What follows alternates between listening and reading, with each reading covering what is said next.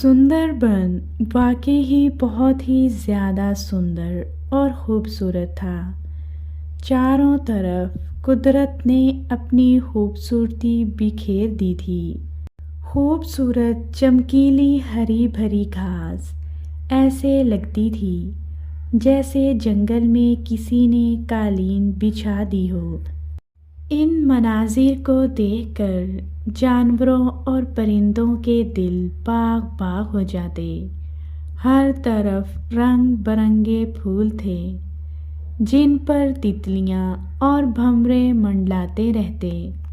یہ کہانی اس زمانے کی ہے جب لوگوں کو آگ کا پتہ نہ تھا۔ جیسے ہی شام ہوتی لوگ غفاؤں میں چلے جاتے۔ اس وقت لوگ پوری طرح ماحول پر منحصر تھے۔ کچی جڑیں، پتے، سبزیاں اور بغیر پکے ہوئے گوشت لوگوں کی غذا تھی۔ لاتعداد درختوں کی وجہ سے شام سے پہلے ہی جنگل میں اندھیرا چھا جاتا۔ سندر بن میں ایک گہرا تالاب تھا جس کا پانی جانوروں اور پرندوں کے پینے کے کام آتا۔ اسی تالاب کے کنارے ایک پیپل کا درخت تھا جس پر نیلم چڑیا اپنا گھونسلہ بنا کر رہتی تھی۔ سبھی جانور اسی تالاب پر پانی پینے آتے، اس لیے نیلم چڑیا سے سبھی جانوروں کی دوستی ہو گئی۔ نیلم چڑیا کی ایک عادت سبھی جانوروں کو بہت اچھی لگتی تھی۔ وہ تھی اس کی دوسروں کی مدد کرنے کی عادت۔ کوئی پریشانی میں ہو وہ فوراً وہاں پہنچ جاتی تھی۔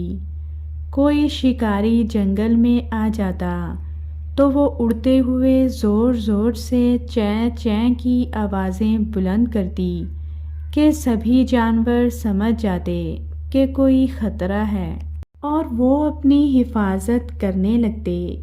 نیلم چڑیا کے گھر میں بہت اندھیرا تھا اور اس کے بچے باہر جانے کی ضد کیا کرتے۔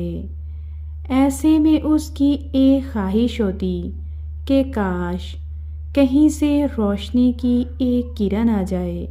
اسی تالاب کے کنارے ایک بہت موٹا درخت تھا جس کی بڑی سی کھو میں ایک بھالو رہتا تھا۔ وہ دن بھر سوتا اور جب بھوک لگتی تو تالاب سے مچھلیاں پکڑتا۔ بھالو بہت ہی مطلبی اور خود غرض تھا۔ جنگل کے سبھی جانور اسے مطلبی بھالو کہتے تھے۔ ایک دن خوب ٹھنڈی ہوا چل رہی تھی، ہلکی ہلکی بوندا باندی بھی جاری تھی۔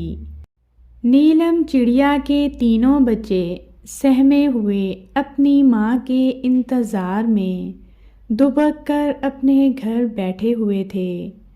وہ تینوں سخت بھوکے تھے، بے چینی سے ماں کو یاد کرتے ہوئے ایک دوسرے کو تسلی دے رہے تھے۔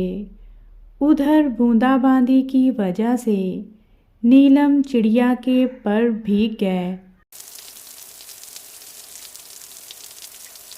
وہ بہت مشکل سے اپنے گھر تک پہنچی، بچوں کو پیار کیا، انہیں کھانا کھلایا۔ بچے ماں سے لپٹ کر روتے ہوئے سو گئے۔ ابھی رات کا پہلا ہی پہر گزرا تھا کہ نیلم چڑیا کو پکے ہوئے کھانے کی خوشبو آنے لگی۔ اس نے اپنی گردن اپنے گھر سے باہر نکال کر ادھر ادھر کا جائزہ لیا تو وہ حیران رہ گئی کہ بھالو کی کھو میں ڈھیر ساری لکڑیاں رکھی ہوئی ہیں اور آگ جل رہی ہے اور وہ مزے لے لے کر مچھلیاں بھون کر کھا رہا ہے۔ نیلم چڑیا کو روشنی دیکھ کر بڑی خوشی ہوئی۔ وہ بھالو کے پاس آئی اور اس کو روشنی اور آگ کی مبارکباد دی اور بولی، بھیا بھالو، تمہارے پاس تو ڈھیر ساری لکڑیاں ہیں، ایک مجھے بھی دے دو، میں بھی اپنے گھر میں روشنی کر لوں گی اور کھانا بھی پکا لوں گی۔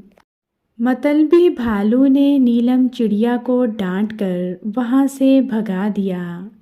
رات بھر نیلم سو نہ سکی۔ وہ سوچتی رہی کہ ساری دنیا اندھیرے میں ڈوبی ہوئی ہے۔ اگر بھالو تھوڑی سی آگ دے دے تو لوگوں کا بھلا ہو سکتا ہے۔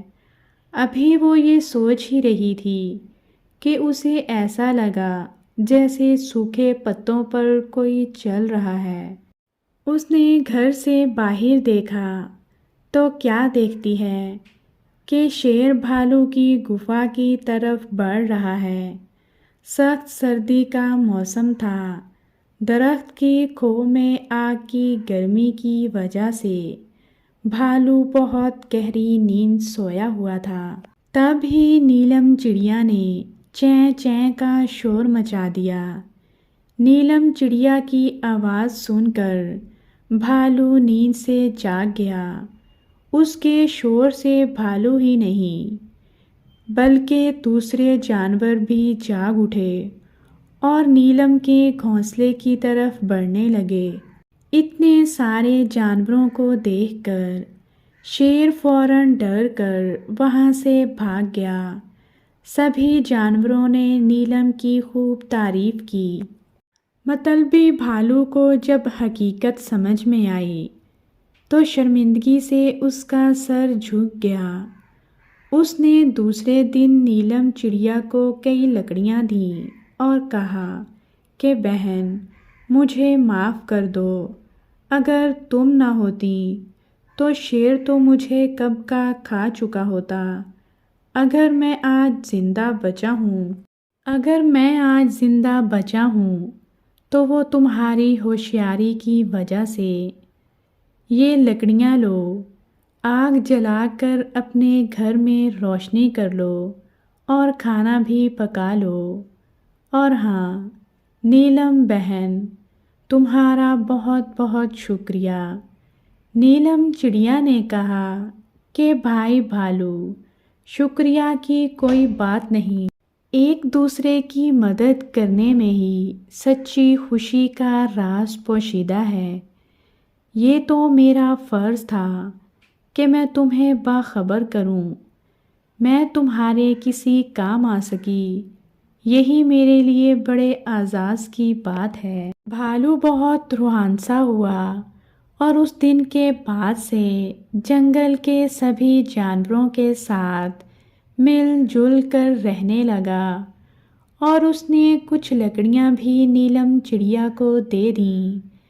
نیلم نے اس لکڑی سے پہلے تو اپنے گھر میں روشنی کی، کھانا پکایا اور پورے جنگل اور آس پاس کے جنگلوں میں، حتیٰ کہ جہاں جہاں روشنی نہیں تھی وہاں وہاں پہنچ کر اس نے روشنی پھیلائی۔